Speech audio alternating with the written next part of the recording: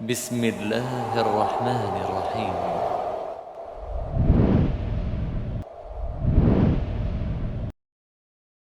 إن الحمد لله نحمده ونستعينه ونستغفره ونعوذ بالله من شرور أنفسنا وسيئات أعمالنا من يهده الله فلا مضل له ومن يضلل فلا هادي له أشهد أن لا إله إلا الله وحده لا شريك له وأشهد أن محمدا عبده ورسوله اللهم صل على محمد وعلى آله وأصحابه أجمعين أما بعد. Jamaah Masjid At-Tadhkirah yang dirahmati Allah Subhanahu wa taala, pada malam hari ini karena guru kita berhalangan, semoga Allah Subhanahu wa taala memberikan kesehatan dan keselamatan kepada beliau, amin ya rabbal alamin.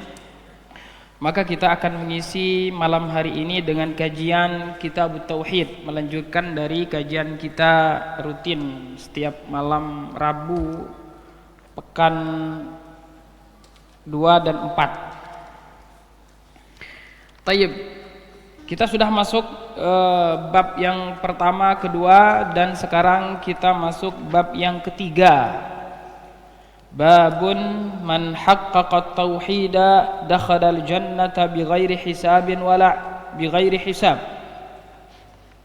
Bighairi hisabin wala azab. Tayyib. Di sini bighairi hisab. Bab siapa yang mentahqiq tauhid, mentahqiq betul-betul menyempurnakan kalimat tauhid, kalimat la ilaha illallah, maka Allah Ta'ala akan memberikan balasan kepadanya, dakhalal jannata bighairi hisab, dia akan masuk ke dalam surga tanpa hisab. Bapak Ibu yang dirahmati Allah, Kitab Tauhid ini beruntun diurutkan oleh Syekhul Islam Muhammad bin Abdul Wahhab rahimahullahu ta'ala, di mana di bab yang pertama beliau berbicara tentang hakikatut tauhid. Bab yang kedua beliau berbicara tentang fadlut tauhid.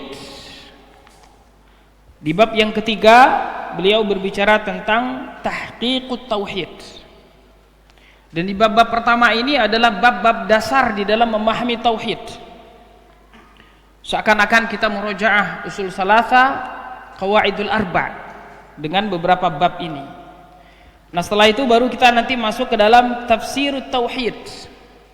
Baru nanti beliau akan menjelaskan bab-bab yang berkenaan dengan tauhid, yang merusak tauhid dari akarnya dan yang mengurangi ketauhidan. Nah, dijelaskan beliau sampai akhir bab. Maka kitab ini memang betul sebagaimana namanya Kitab Tauhid, memang khusus berbicara tentang tauhid secara utuh. Berbicara tentang apa itu tauhid, keutamaan tauhid, lawan dari tauhid, fadlu tauhid, tafsir dari tauhid, dakwah kepada tauhid, dan juga hal-hal yang menyempurnakan tauhid dan hal-hal yang merusak tauhid. Bahkan juga beliau berbicara tentang hal-hal yang membatalkan tauhid. Nah, di bab yang ketiga ini beliau berbicara tentang tahqiqut tauhid. Kata beliau, babun man haqqaqa tauhida dakhalal jannata bighairi hisab. Bab siapa yang mentahqiq. Mentahqiq di sini pakai qaf ya. Tayyib. Pakai qaf. Karena kalau pakai kaf nanti maknanya berbeda. Tapi kalau pakai qaf maknanya adalah mentahqiq. Dari kata haqqun. Jadi kita betul-betul membenarkan kalimat tauhid itu sendiri. Maka kalimat tauhid yang telah kita ucapkan di dalam syahadat kita setiap hari, setiap malam, atau bagi orang yang masuk Islam, setelah memenuhi rukun-rukun dari kalimat tauhid, yaitu an-nafi wal itsbat, menafikan semua sesembahan selain Allah Subhanahu wa taala dan mengisbatkan atau menetapkan bahwasanya sesembah satu-satunya yang berhak disembah adalah Allah Subhanahu wa taala. Dan juga syurut kalimat la ilaha illallah, syarat kalimat la ilaha illallah yang disebutkan oleh para ulama ada 7. Al-ilmu wal yaqin wal qabulu wal inqiyadu fadri ma aqulu was sidqu wal ikhlas wal mahabbah waffaqakallahu lima ahabbah.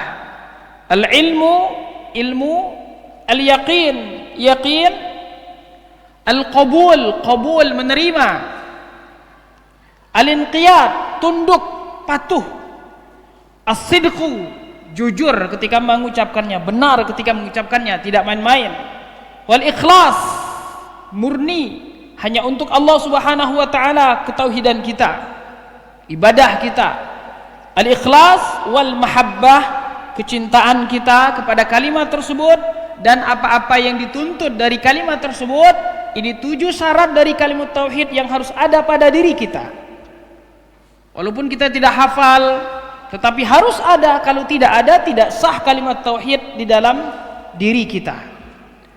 Dan tidak boleh melakukan hal-hal yang bertentangan dengan kalimat, dengan syurut sab'ah yang tadi disebutkan. Al-ilmu, ilmu lawannya adalah jahil. Maka orang yang mengucapkan la ilaha illallah, dia tidak tahu makna la ilaha illallah, la ilaha illallahnya tidak sah. Al-ilmu wal yaqin, harus dengan penuh keyakinan lahir dan batin. Adapun orang-orang yang ragu-ragu ketika mengucapkan la ilaha illallah akan maknanya, maka la ilaha illallahnya belum sah. Al-qabul, menerima, dia harus menerima sepenuh jiwa Allah Subhanahu wa taala sebagai Rabb satu-satunya yang dia sembah. Dia tidak boleh menolak. Al-inqiyad, tunduk dan patuh.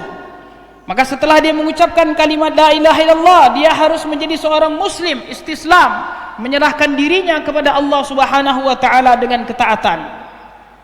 Al-inqiyadu was-sidqu, ketika dia mengucapkan la ilaha illallah harus jujur, benar, tidak boleh canda, tidak boleh main-main, dan tidak boleh juga seperti yang dilakukan oleh orang-orang munafik, mengucapkan la ilaha illallah tapi hatinya kufur kepada Allah. As-sidqu wal ikhlas, ketika dia mengucapkan la ilaha illallah tidak ada perilaku kesyirikan yang dia lakukan, tidak ada keyakinan kesyirikan di dalam hatinya, dan tidak ada perkataan kesyirikan yang dia ucapkan. Murni hanya untuk Allah Subhanahu wa taala ibadahnya. Al-ikhlas, dan yang terakhir adalah al-mahabbah. Dia harus wajib mencintai Allah, mencintai Rasulnya, mencintai Al-Quran, dan mencintai kaum muslimin, mencintai apa-apa yang dituntut dari kalimat tauhid itu sendiri. Tayyib, dan lawan dari mahabbah adalah al-bughd. Dia tidak boleh benci kepada Allah, tidak boleh benci kepada Rasul, tidak boleh benci kepada Islam, tidak boleh benci kepada syariat Islam. Maka kalau ada orang yang mengucapkan la ilaha illallah tetapi dia benci dengan syariat Islam, atau kemudian dia mengejek-ejek syariat Islam, al-istihza, mengejek-ejek syariat Islam, mengejek Allah, Rasulnya, dan Al-Quran, adalah bagian dari pembatal keislaman, adalah salah satu jenis kekufuran. Karena orang menjadi kafir bukan hanya sekedar juhud saja, bukan hanya sekedar membangkang saja, tetapi istihza juga bisa termasuk menggugurkan keislaman seseorang. Tayyib. Dan dia tidak boleh kemudian melakukan hal-hal yang membatalkan ketauhidan. Dan yang membatalkan ketauhidan tersebut ada 3. Yang pertama adalah asyirkul akbar. Ini disebutkan oleh Syekh Abdul Razak Al-Badr. Yang membatalkan ketauhidan itu ada 3. Yang pertama adalah syirkul akbar, yang kedua adalah kufrul akbar, dan yang ketiga adalah nifaqul akbar. Ini 3 ini yang besar semua, kelas kakap, ini bisa membatalkan la ilaha illallah. Kufrun akbar, kufur yang mengeluarkan dari Islam, ini membatalkan la ilaha illallah. Syirik akbar, syirik besar, ini juga membatalkan la ilaha illallah, dan juga salah satu dari nawaqidul Islam yang 10 yang kita pelajari. Begitu juga nifaqul akbar, nifak besar, nifaknya orang-orang munafik di zaman Rasul, ini juga bisa membatalkan ketauhidan. Adapun kufrun asghar, syirkun asghar, dan juga nifakun asghar, ini tidak membatalkan tauhid tetapi mengurangi dari ketauhidan itu sendiri, mengurangi ketauhidan itu sendiri. Tayyib. Maka di sini Asy-Syaikh rahimahullahu taala ingin menjelaskan kepada kita bahwasannya siapa yang betul-betul mentahqiq kalimat tauhid itu sendiri, kata Syekh Ibnu Utsaimin rahimahullahu taala, dengan 3 hal. Yang pertama adalah dengan ilmu. Seseorang yang ingin mentahqiq kalimat tauhid, dia harus betul-betul memiliki ilmu. Dia tahu apa itu tauhid, kesempurnaan dari tauhid, hal-hal yang membatalkan tauhid. Dia tahu apa itu syirik dan bagaimana cara berlepas diri dari kesyirikan, syirik kecil dan syirik besar, wasilah-wasilah yang bisa menyebabkan kepada kesyirikan. Dia harus punya ilmu untuk itu kalau dia ingin betul-betul mentahqiq kalimat tauhid. Yang kedua, kata beliau, al-i'tiqad. Seseorang yang telah memiliki ilmu tentang kalimat tauhid dan lawan dari tauhid itu sendiri, maka dia harus meyakini. Orang yang hanya tahu tetapi kemudian tidak meyakini keyakinan tersebut, maka belum dikatakan mentahqiq tauhid. Yang ketiga, kata beliau di sini, dengan cara al-inqiyad. Setelah dia mengucapkan la ilaha illallah, dia membenarkan kalimat la ilaha illallah dari hatinya dengan penuh keyakinan, maka dia harus tunduk dan patuh atas apa-apa yang dituntut dari kalimat tauhid itu sendiri. Itulah al-inqiyad. Maka dia harus menjalankan apa-apa yang diperintahkan Allah dan menjauhi apa-apa yang dilarang oleh Allah Subhanahu wa taala. Jadi menjalankan perintah Allah dan menjauhi larangan Allah Subhanahu wa taala adalah bentuk dari tahqiqut tauhid. Dan inilah makna Islam yang sering kita hafal. Definisi Islam, al-istislamu lillahi bit-tauhid. Terus wal-inqiyadu lahu bit-ta'ah. Terus wal bara'atu minasyirki wa ahli. Inilah definisi Islam, Bapak Ibu yang dirahmati Allah. Al-istislamu lillahi bitauhid, kita menyerahkan diri kita kepada Allah Subhanahu wa taala dengan ketauhidan kepadanya. Wal-inqiyadu lahu bit-ta'ah, kita tunduk dan patuh kepada Allah dengan ketaatan. Taat di dalam menjalankan perintah dan taat di dalam meninggalkan larangan. Kemudian yang ketiga, wal bara'atu minasyirki. Mau tidak mau, seorang muslim harus berlepas diri dari kesyirikan. Wal bara'atu minasyirki wa ahlihi. Jadi tidak bisa hanya berlepas diri dengan kesyirikan saja, harus berlepas diri dari pelaku kesyirikan juga. Ini kadang ada sebagian orang mengatakan saya hanya benci kesyirikannya, tetapi tidak benci kepada orangnya. Ini bagaimana caranya? Kesyirikan ini melekat pada seseorang.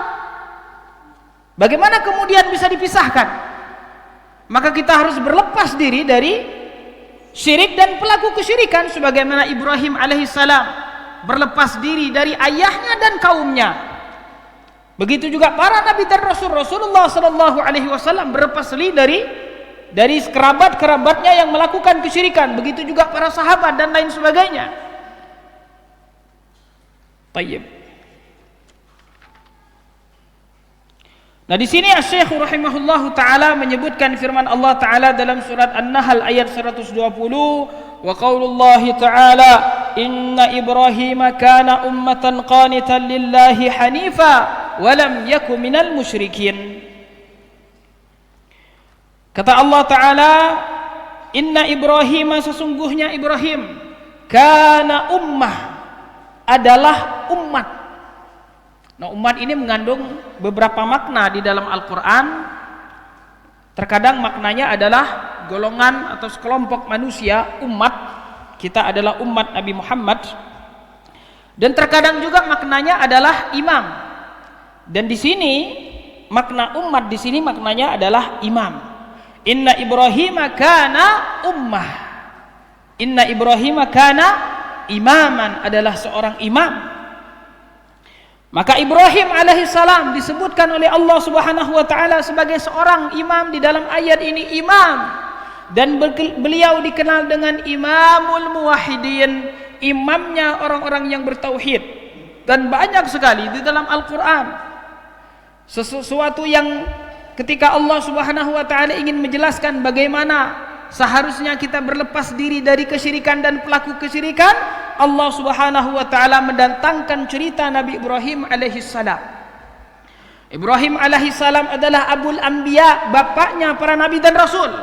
Karena semua para nabi dan rasul setelah Nabi Ibrahim alaihissalam dari keturunan beliau. Beliau memiliki anak Ismail dan Ishak. Dari Ishak kemudian seluruh para nabi dan rasul, tayyib, sampai kemudian nabi yang terakhir, rasul yang terakhir, nabi yang paling mulia, rasul yang paling mulia dari keturunan Nabi Ismail alaihi salam, yaitu Nabi kita Muhammad sallallahu alaihi wasallam. Dan beliau adalah orang yang pertama kali diberikan pakaian nanti di padang mahsyar. Ibrahim alaihi salam yang bergelar Khalilullah, dan tidak ada di antara para nabi dan rasul dan seluruh manusia ini yang bergelar Khalilullah kecuali dua orang. Yang pertama adalah Nabi Ibrahim alaihi salam, dan yang kedua adalah Nabi Muhammad sallallahu alaihi wasallam.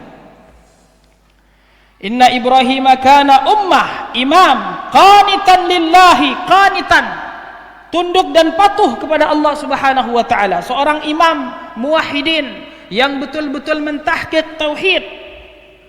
Maka orang-orang yang betul-betul mentahqiq tauhid, mau tidak mau dia harus tunduk dan patuh kepada syariat Allah, menjalankan perintah Allah dan menjauhi larangan Allah. Jadi kalau kita melihat ada orang yang belajar tauhid, ya kita sendiri, kita belajar tauhid tapi kemudian ibadah kita masih malas, atau mungkin tidak semangat, atau mungkin akhlak kita yang kurang, atau mungkin akhlak kita yang buruk, padahal kita sudah belajar tauhid, kita sudah mengenal makna la ilaha illallah dengan benar, kita sudah mulai betul-betul mentahqiq tauhid dan meninggalkan segala macam bentuk kesyirikan, berarti ada yang kurang dari ketauhidan yang kita miliki, ada yang kurang, ada yang lemah.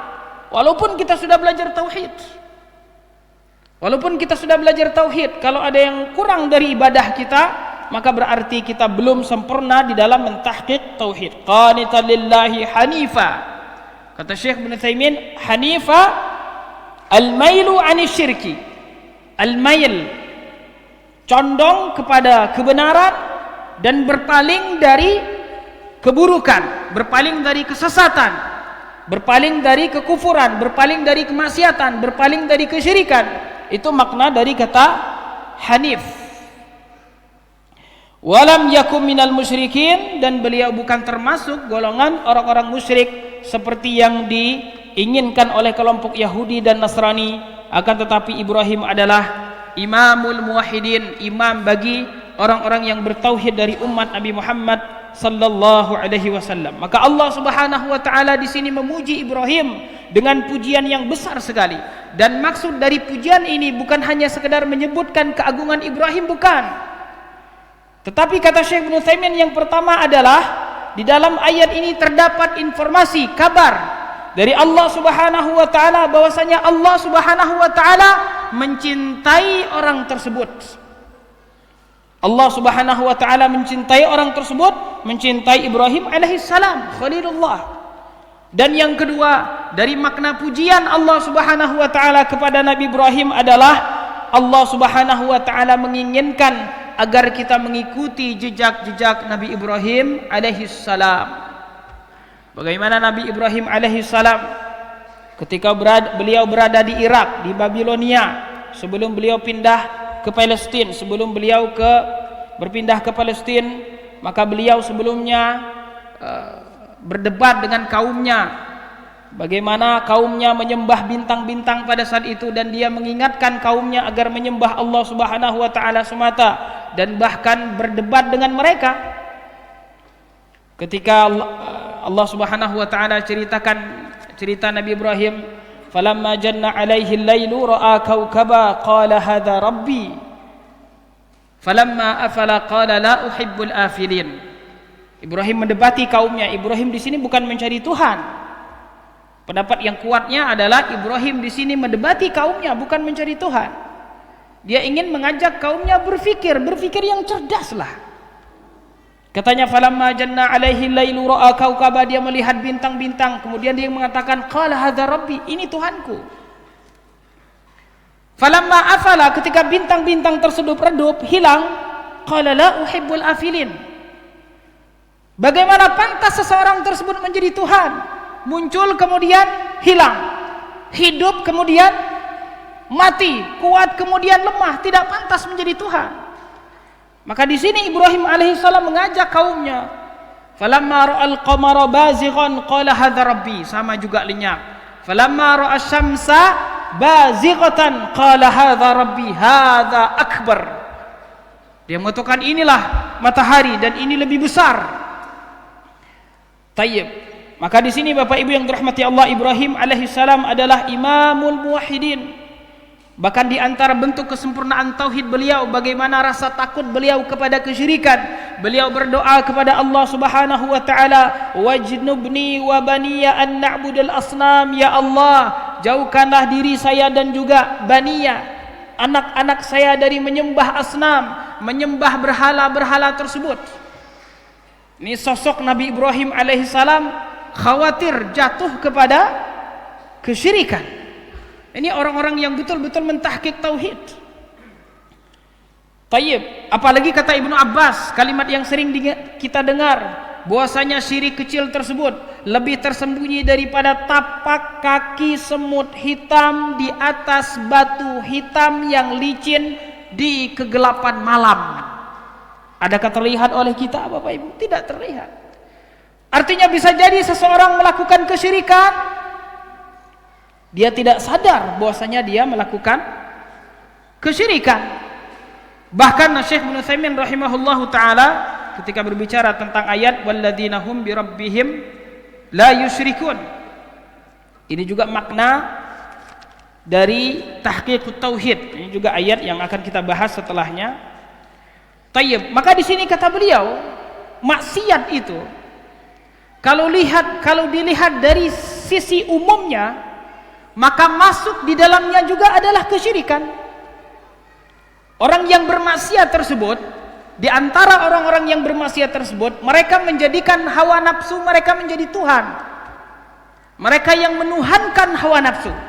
Dan Allah Subhanahu wa taala mengatakan, "Afara'aita man ittakhadha ilahahu hawa?" Apakah engkau tidak melihat? Apakah engkau melihat orang-orang yang menjadikan hawa nafsu mereka sebagai ilah, sebagai Tuhan? Maka di sini kata beliau, secara umum maksiat tersebut itu masuk ke dalam kesyirikan. Karena memang maksiat tersebut secara bahasa artinya menyelisihi, menyalahi. Maka kesyirikan adalah bentuk dari menyalahi perintah Allah Subhanahu wa taala yang paling besar.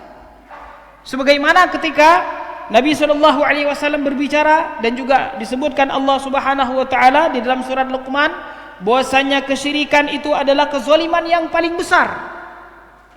Zalim kepada manusia zalim, zalim kepada diri sendiri zalim, zalim kepada Allah juga zalim. Ketika seseorang memberikan sesuatu yang seharusnya diberikan kepada Allah, ini diberikan kepada selain Allah, zalim.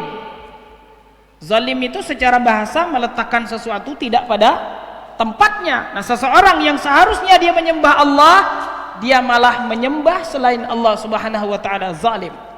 Dan itu adalah kezaliman yang paling besar. Maka syirik adalah kemaksiatan yang paling besar. Tayyib.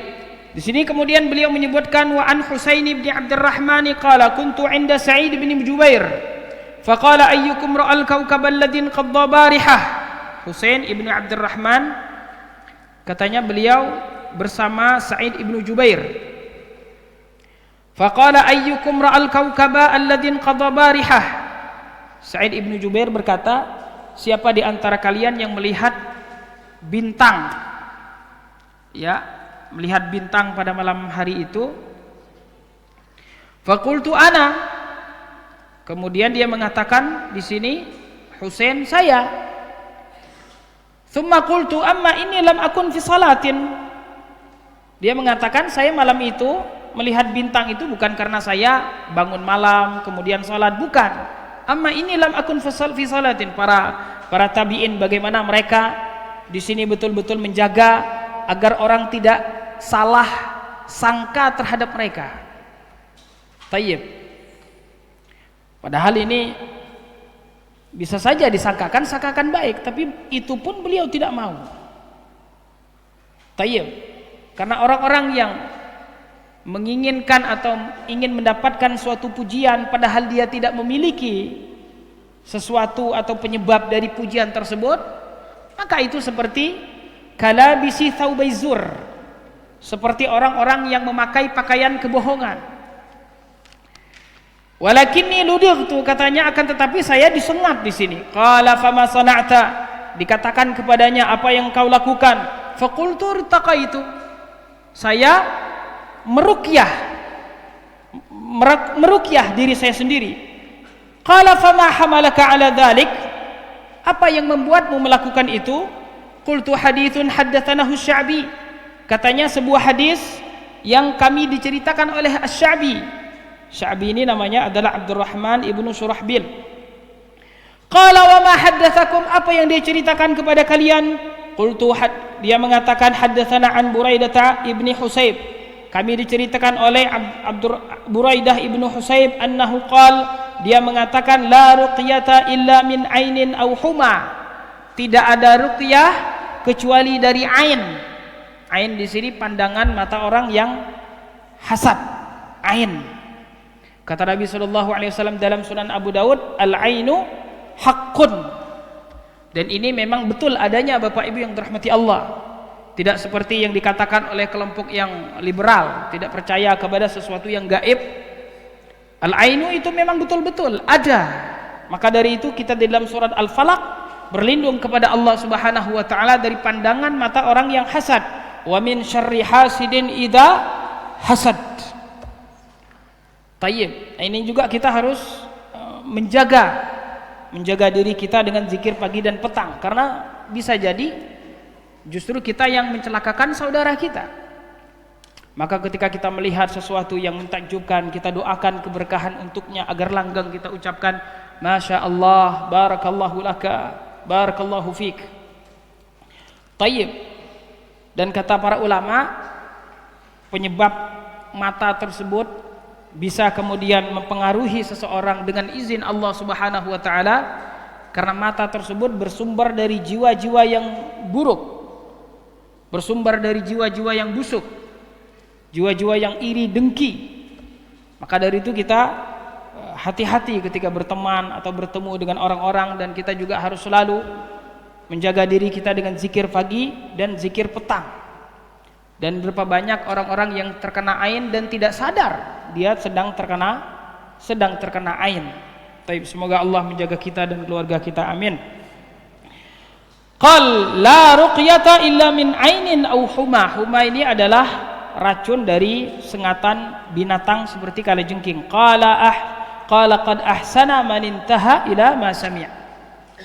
Walakin haddatsan Ibnu Abbasin 'an Nabi sallallahu alaihi wasallam annahu qala, akan tetapi kami diceritakan oleh Ibnu Abbas dari Nabi sallallahu alaihi wasallam bahwasanya Nabi sallallahu alaihi wasallam berkata, uridat alayyal umam, saya diperlihatkan kepada saya umat-umat. Ini kata Syekh Ibnu Utsaimin, kemungkinan ketika Rasul tidur. Fara'aitun nabiyya wa ma'ahu rahtu, saya melihat ada seorang nabi dan bersamanya ar-rahtu. Ar-rahtu ini kata Syekh Ibnu Utsaimin ukurannya dari 3 sampai 9. Jadi ada nabi yang menjadi umatnya dari 3 sampai 9 orang saja. Wan nabiyyu wa ma'ahu rajulu wa rajulan, dan juga beliau melihat ada seorang nabi pengikutnya hanya 1 dan 2. 1 2 berarti berapa? 3. Wan nabiyya wa laysa ma'ahu ahad, dan juga beliau diperlihatkan ada seorang nabi yang tidak punya pengikut sama sekali. Subhanallah. Jadi tidak aneh kalau seandainya kebenaran itu tidak ada pengikutnya. Nabi alaihi salam saja ada yang datang nanti di hari kiamat tidak punya pengikut. Kemudian kata beliau, idrufi'a li sawadun azim fadhanantu annahum ummati, dan saya kemudian diperlihatkan sawadun azim, ada yang gelap dan jumlah mereka sangat banyak. Fadhanantu annahum ummati, saya mengira mereka adalah umatku. Faqila li, dikatakan kepada saya, hadza Musa wa qaumuh, ini adalah Musa dan kaumnya, sangat banyak pengikut Nabi Musa alaihi salam. Fanadhartu fa idza sawadun azim, kemudian beliau melihat lagi ada sekelompok yang lebih banyak lagi dari yang pertama. Faqila li hadhihi ummatuk, dikatakan kepada Nabi sallallahu alaihi wasallam, ini adalah umatmu. Wa ma'ahum sab'una alfan yadkhulunal jannata bighairi hisabin wala adzab. Dan di antara kelompok umatmu yang banyak tadi, ada sekelompok umat yang mereka masuk surga bighairi hisab, tanpa hisab, wala azab, dan juga tanpa azab. Kita tahu bahwasanya kejadian mahsyar nanti, maka yang pertama kali kita akan dihisab oleh Allah Subhanahu wa taala. Maka ketika dihisab ini, ada yang diperlihatkan dosa-dosanya, dan pada saat itu juga dia mendapatkan ampunan dari Allah Subhanahu wa taala. Ada yang dihisab tetapi tidak mendapatkan ampunan dari Allah Subhanahu wa taala, maka dia masuk ke fase selanjutnya dengan membawa dosa-dosanya tersebut yang tidak diampuni oleh Allah Subhanahu wa taala. Maka ada fase hisab dan juga ada fase azab. Nah, dari umat Nabi Muhammad sallallahu alaihi wasallam ini ada 70.000 orang yang mereka tidak melewati hisab. Jadi tidak dihisab, wala azab, apalagi azab, akan tetapi mereka langsung dimasukkan Allah Subhanahu wa taala ke dalam surga. Surga bulat. Tayyib. Kemudian thumma nahadha fadakhala manzilahu. Kemudian Rasulullah masuk ke rumahnya. Fakhadhan nasu fi ulaik. Orang-orang bertanya-tanya, fiha ulaik, siapa kira-kira yang masuk surga tanpa hisab dan tanpa azab tadi dari kalangan umat Nabi sallallahu alaihi wasallam. Faqala ba'dhum, di antara mereka mengatakan, fala'allahumul ladzina sahibu Rasulullah, barangkali mereka adalah sahabat-sahabat Rasul. Wa qala ba'dhum, sebagian mereka mengatakan, fala'allahumul ladzina wulidu fil islami wa lam yusyriku billahi syai'a, barangkali mereka adalah orang yang ketika dia sudah terlahir dalam keadaan Islam dan tidak berbuat syirik kepada Allah Subhanahu wa taala sedikit pun. Wa dzakaru asya, dan banyak lagi komentar-komentar lainnya. Maka kemudian Nabi sallallahu alaihi wasallam fakharaja alaihim, keluar, fa akhbaruhu, dan kemudian mereka bertanya kepada Nabi sallallahu alaihi wasallam, dan Nabi sallallahu alaihi wasallam menjawab, humul ladzina la yastarqun, merekalah orang-orang yang tidak meminta ruqyah. La yastarqun, tidak minta diruqyah. Wala yaktaun, mereka yang tidak melakukan pengobatan dengan kai. Kai ini pengobatan dengan ditempel dengan besi panas. Memang cepat sembuh, tapi kan bisa sakitnya bukan main. Wala yatatayyarun, dan mereka tidak bertatayur, tidak beranggapan sial, dan juga tidak terpengaruh dengan apa-apa yang ada di masyarakat. Ini kadang ada orang yang dia tidak percaya kepada tatayur, dia tidak percaya kepada ungkapan-ungkapan sial, dia tidak percaya, tapi sedikit terpengaruh.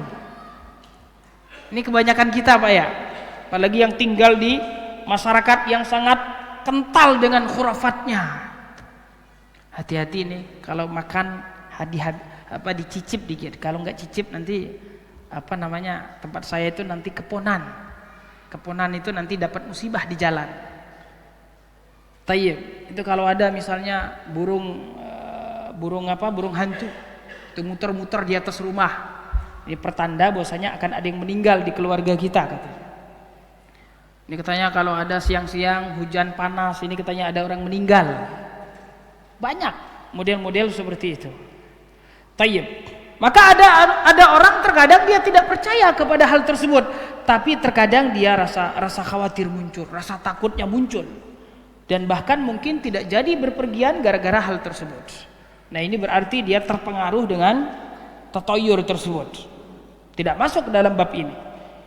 Wa ala rabbihim yatawakkalun, endingnya adalah ciri-ciri umat yang masuk surga tanpa hisab dan tanpa azab tadi, wa ala rabbihim yatawakkalun, mereka adalah orang-orang yang bertawakal penuh kepada Allah Subhanahu wa taala, full tawakalnya, tidak setengah-setengah. Kita ini kadang masih tawakal dengan sebab, kadang kita bahkan tawakal kepada kecerdasan kita, kepada kekuatan kita, lupa baca bismillah. Tayyib. Nah, di sini kata para ulama, penjelasannya adalah la yastarqun, mereka yang tidak meminta untuk diruqyah. Kata Syekh Ibnu Utsaimin rahimahullahu taala, kenapa mereka tidak meminta untuk diruqyah? Orang yang masuk surga tanpa hisab, tanpa azab ini. Kata beliau yang pertama, liquwwati i'timadihim 'ala Allah. Karena kuatnya i'timad, sandaran dirinya kepada Allah Subhanahu wa taala kuat. Sandaran dirinya kepada Allah Subhanahu wa taala kuat, dia tidak bersandar kepada manusia, tidak bersandar kepada pengobatan, tapi bersandar kepada Allah Subhanahu wa taala. Tetapi tidak haram untuk berobat. Dan ketika kita berobat pun adalah bentuk kesempurnaan dari tawakal kita. Orang yang bertawakal bukan orang yang meninggalkan sebab, tapi justru ketika dia sungguh-sungguh di dalam melakukan hal tersebut, justru itu bentuk dari kesempurnaan ketawakalnya kepada Allah. Tapi di sini masalah i'timad. Masalah i'timad, menyandarkan dirinya, menyandarkan kesembuhannya. Tayyib. Yang kedua kata beliau, li'izzati nufusihim anit tadalluli li ghairillah. Di sini li'izzati nufusihim, karena kemuliaan jiwanya, dia menghindari diri dari menghinakan dirinya kepada selain Allah. Dia tidak mau menghinakan dirinya kepada selain Allah, tidak mau meminta-minta, tidak mau kemudian meminta apalagi kadang ada orang yang susah dan lain sebagainya, susah diminta bantuan misalnya. Li'izzati nufusihim anit tadalluli li ghairillah, dia tidak mau menghinakan dirinya kepada selain Allah Subhanahu wa taala. Yang ketiga, walima fi dzalika minat ta'alluqi bi ghairillah, di mana ada orang yang sebentar-bentar minta tolong, sebentar-bentar minta bantu, sebentar-bentar ini, sebentar-bentar itu. Mana kita sandaran kita kepada Allah? Seakan-akan kita tidak punya Allah, bahkan terkadang kita minta tolong kepada manusia terlebih dahulu, melupakan Allah taala. Ketika gagal baru berdoa, ketika gagal baru minta kepada Allah. Oh iya, saya lupa berdoa. Oh ya, saya lupa bismillah kalau sudah gagal. Taib. Tetapi orang-orang yang tawakalnya tinggi tadi, lima fi dzalika minat ta'alluqi bi ghairillah, dia selalu mengaitkan dirinya, menggantungkan dirinya, mengaitkan dirinya kepada Allah Subhanahu wa taala, bukan kepada makhluk. Nah, inilah kenapa mereka tidak la yastarqun, mereka tidak minta untuk diruqyah. Tapi apakah bolehkah untuk diruqyah? Sebagaimana misalnya Aisyah meruqyah Nabi sallallahu alaihi wasallam, bolehkah? Atau ada saudara kita yang mau meruqyah kita? Boleh dan tidak mengapa, dan tidak mengurangi tawakal kita kepada Allah Subhanahu wa taala, dan tidak mengurangi tahqiq tauhid kita. Karena kita memang tidak diminta diruqyah, silahkan, tapi kita minta tidak. Nah, ini kita sudah sampai level ini belum Bapak Ibu? Sudah sampai level ini belum kira-kira? Belum ya? Tayyib, saya juga belum kayak. Tayyib, subhanallah, yastarqun wa la yaktawun. Orang-orang yang masuk surga tanpa hisab, tanpa azab, orang-orang yang sabar ketika terkena penyakit. Orang-orang yang melihat musibah itu bukan seperti kita melihat musibah. Kalau kita melihat musibah, alhamdulillah masih ada satu, kita sabar saja. Kalau nggak ada sabar ini sudah kita binasa. Karena musibah tidak sabar, sudah kita sakit lahir batin. Tayyib. Tapi orang-orang yang tinggi derajatnya di sisi Allah Subhanahu wa taala, ketika mereka terkena musibah, justru mereka bersyukur kepada Allah Subhanahu wa taala atas musibah tersebut. Dia sampai bersyukur ketika terkena musibah, karena dia tahu musibah ini menghapuskan dosa-dosanya, musibah ini mengangkat derajatnya di sisi Allah. Dengan musibah ini dia sabar, Allah berikan pahala kesabaran kepadanya. Bagaimana sabarnya para nabi dan rasul. Asyaddul bala'i al-anbiya'u thumma al-amthal fal-amthal. Orang yang paling sakit, paling susah deritanya adalah para nabi dan rasul. Kemudian orang-orang yang mengikuti jejak-jejak mereka. Tayyib, Nabi kita sallallahu alaihi wasallam di antara ulul azmi nabi-nabi yang memang berat ujiannya. Kita lihat saja ya, nabi-nabi yang berat ujian, Nabi Ibrahim, Nabi Musa, Nabi Isa, Nabi Muhammad sallallahu alaihi wasallam, Nabi Nuh. Ini yang nabi yang paling berat ujiannya. Tayyib. Jadi kalau yang terkena ujian,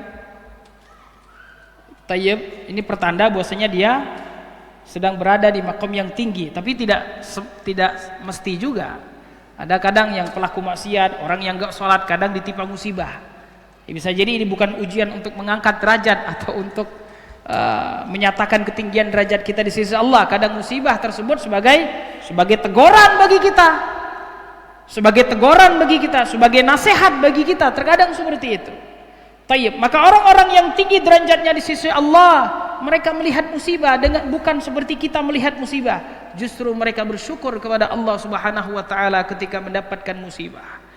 Dan ini sepertinya kita juga belum sampai level ini. Sudah sampai level ini Bapak Ibu? Musibah ini alhamdulillah. Wasabru 'inda sadmatil ula. Sabar itu ketika hentakan pertama. Bukan setahun baru, alhamdulillah saya sekarang sudah sabar.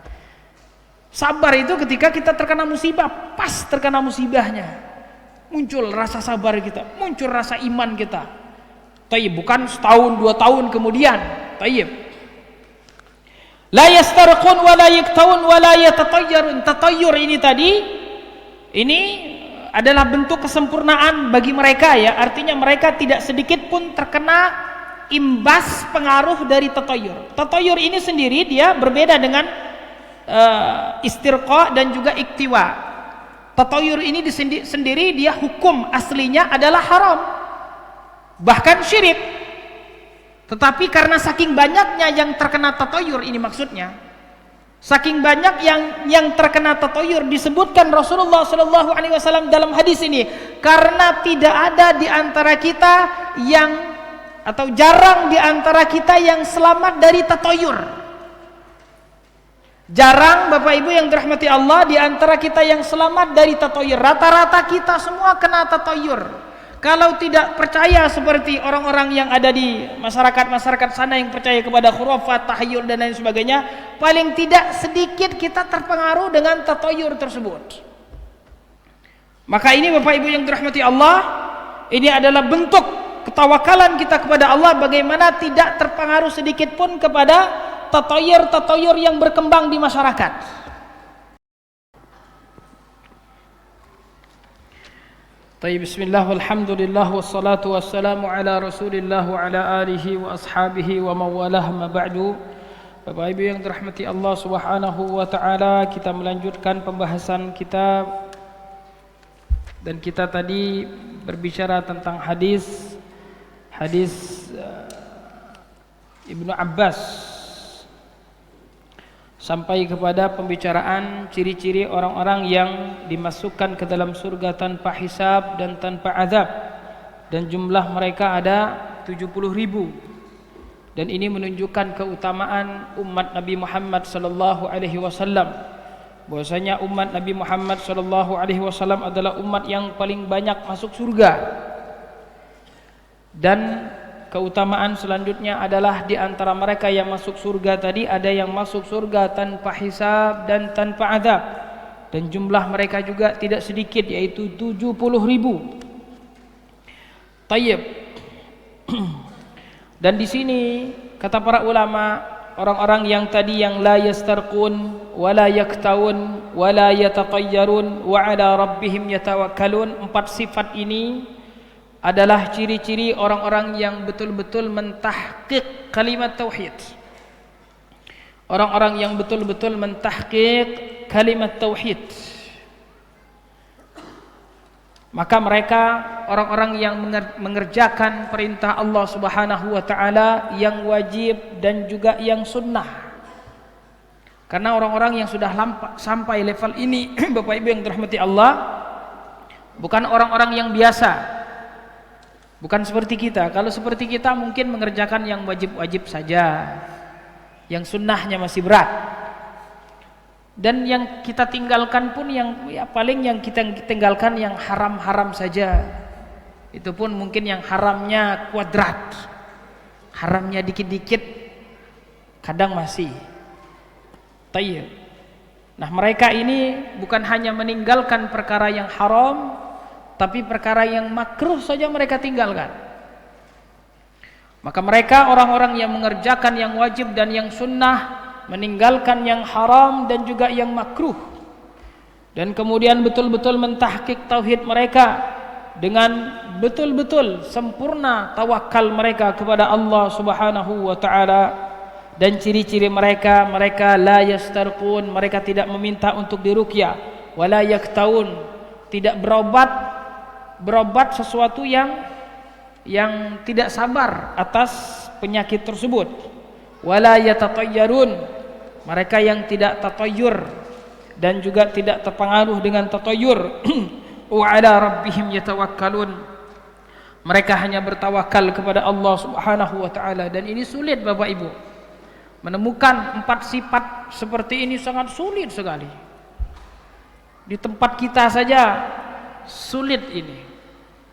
Di tempat kita ini sangat sulit sekali. Mungkin dulu kita waktu belajar di Mesir dulu, ada beberapa teman kita dulu yang Masya Allah, mereka memang orang yang hafal Quran, memang pemahamannya terhadap sunnah sangat mendalam. Kemudian juga pengamalan terhadap ilmu yang mereka miliki, subhanallah, yang memang orang-orang yang zuhud, orang-orang yang wara', zuhud, meninggalkan perkara yang tidak bermanfaat di akhirat, wara', meninggalkan perkara yang membawa mudarat di akhirat. Dan ini jarang Bapak Ibu yang dirahmati Allah. Kalau ketemu dengan orang-orang seperti ini ya Masya Allah, tayyib. Dan kita minta doa, ya, minta doa agar mendoakan kita. Dan orang-orang yang seperti ini subhanallah, kalau ada yang kemasukan jin pun lihat sendalnya saja sudah takut orang yang seperti ini. Tayyib. Pernah dulu ada salah satu sahabat kita orang Libya, namanya Abdus Salam kalau saya tidak salah.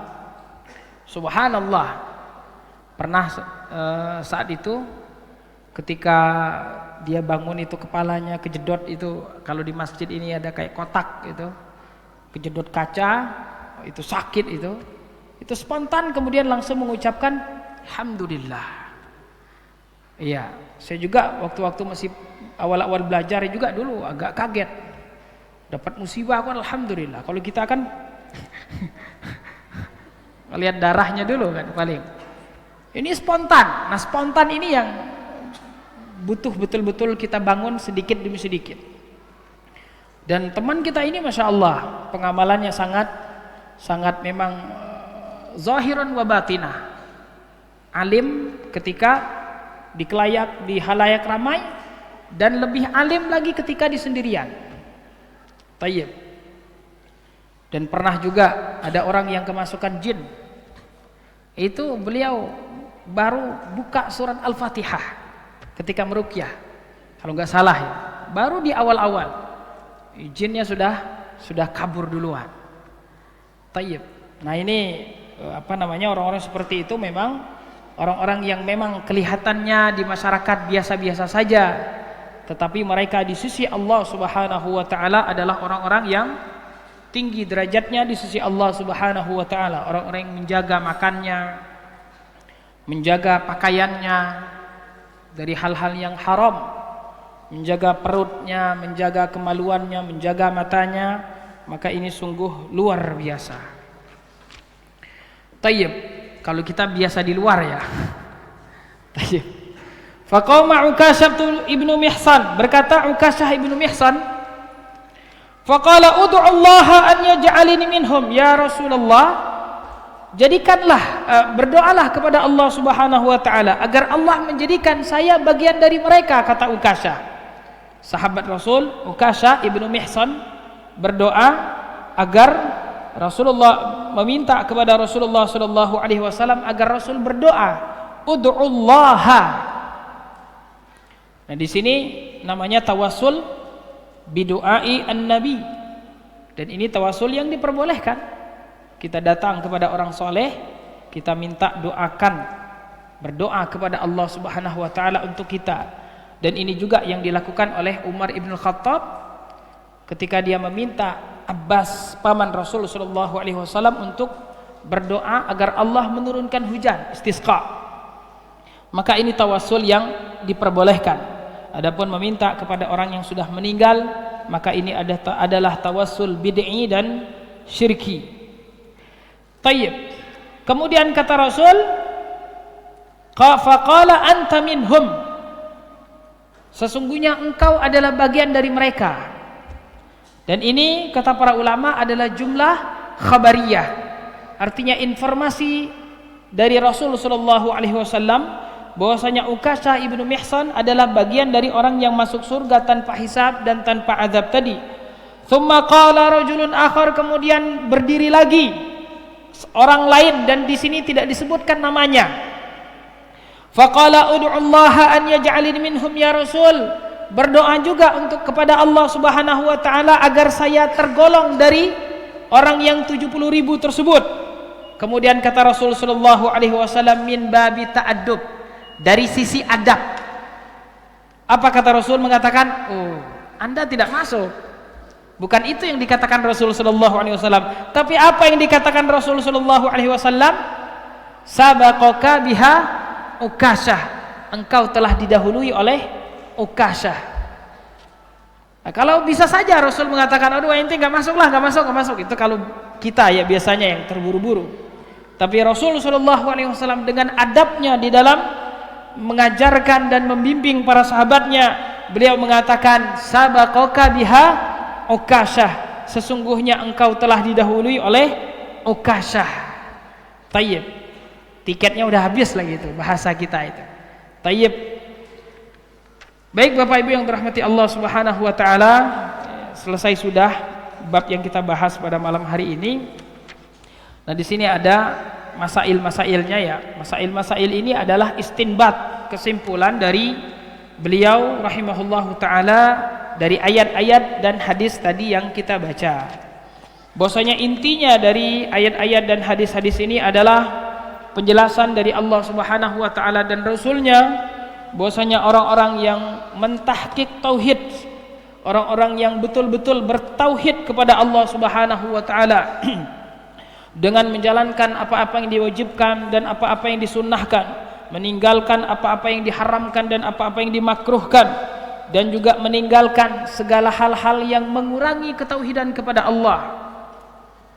Betul-betul menyempurnakan dirinya di dalam bertawakal kepada Allah, menyempurnakan dirinya di dalam bersabar kepada Allah Subhanahu wa taala, menyempurnakan dirinya di dalam ketergantungan kepada Allah Subhanahu wa taala, sebagaimana yang disebutkan di dalam hadis tadi, humul ladzina la yastarqun wa la yaktawun wa la yatatayyarun wa ala rabbihim yatawakkalun walhamdulillahi rabbil alamin. Kalau ada pertanyaan silahkan. Oh, tayyib. Ada.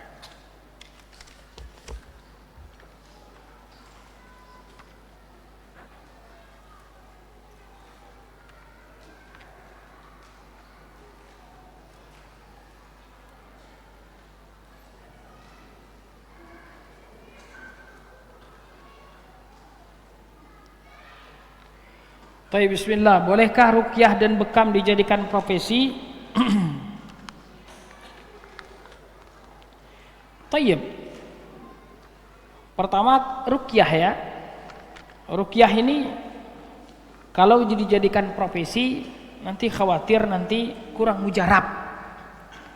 Kalau dijadikan profesi nanti khawatir kurang kurang mujarab. Dan ini memang kesaksian dari orang yang bergelut di dunia ruqyah. Ketika dia meruqyah seseorang, ya, bukan sebagai profesi, maka subhanallah, jinnya cepat keluar itu. Tapi ketika dijadikan sebagai profesi, karena unsur profesi ini kan ada unsur timbal baliknya, yang di sini ya sedikit banyak terkadang mengurangi keikhlasan, ya, kepada Allah Subhanahu wa taala. Karena meruqyah tersebut ibarat kita memotong pohon. Tayyib. Pertama yang kita potong tersebut adalah kayu. Kalau yang kita potong itu besi, itu susah. Orang yang kita ruqyah ini kira-kira yang bisa diruqyah. Tapi kalau dia sendiri tidak mau berpisah dari jin tersebut, ya gimana mau kita ruqyah? Oh, ternyata setannya berkepala manusia. Terus yang kedua, yang meruqyahnya itu juga adalah orang yang bisa menebang pohon, bukan sembarangan. Dia tahu mana yang harus ditebang tersebut. Tayyib. Terus yang ketiga, alat yang dia gunakan untuk menebang pohon tersebut juga adalah alat yang tajam. Nah, khawatir kalau nanti ruqyah ini dijadikan sebagai profesi, nanti takut parangnya nanti kurang tajam. Wallahu alam.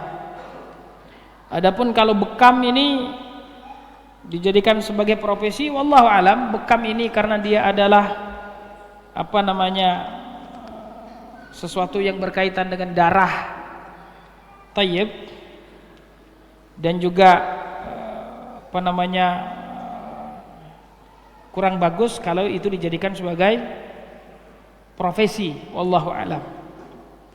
Kemudian 70 orang yang masuk surga tanpa hisab dan tanpa azab, tanpa hisab, apakah jumlahnya hanya 70.000 atau mereka bisa membawa saudara dan keluarganya? Wallahu alam. Di sini disebutkan dalam hadis ini 70.000, saya tidak tahu apakah ada di sana jumlah lainnya. Apakah bisa membawa keluarga dan saudaranya? Wallahu alam. Kalau membawa keluarga dan saudaranya ini, kalau ke surga bisa, kalau menyelamatkan dia di neraka bisa. Itu namanya nanti diberikan syafaat. Seseorang bisa saja memberikan syafaat kepada keluarganya, kepada anaknya, kepada istrinya, apabila dia terpilih menjadi orang yang diberikan hak oleh Allah untuk memberikan syafaat. Dan ini tidak semua orang pastinya. Dan Allah memberikan hak kepada seorang untuk memberikan syafaat sebagai bentuk pemuliaan dari Allah Subhanahu wa taala untuk orang tersebut. Tayyib. Nah, ini mungkin dia bisa menyelamatkan keluarganya dari neraka. Tapi apakah bisa masuk ke dalam surga seperti 70.000 ini? Wallahu a'lam. Kalau dia tidak memiliki sifat-sifat tadi, ini berarti bukan termasuk 70.000. Tayyib. Karena surga ini bukan seperti kita mau ke mall, ya. Tayyib. Wallahu a'lam. Baik, demikian Bapak Ibu yang dirahmati Allah Subhanahu wa taala. Mudah-mudahan apa yang kita pelajari malam hari ini diberkahi Allah Subhanahu wa taala. Dan nanti kalau kita bertemu di malam Rabu depan, ya, Pak, ya. Malam Rabu depan berarti kajian kita di sini, kita berarti sudah masuk ke babul khaufu minasyirki, bab takut kepada kesyirikan. Maksudnya takut jatuh pada kesyirikan. Wallahu a'lam. Barakallahu fiikum walhamdulillahi rabbil alamin. Wassalamu alaikum warahmatullahi wabarakatuh.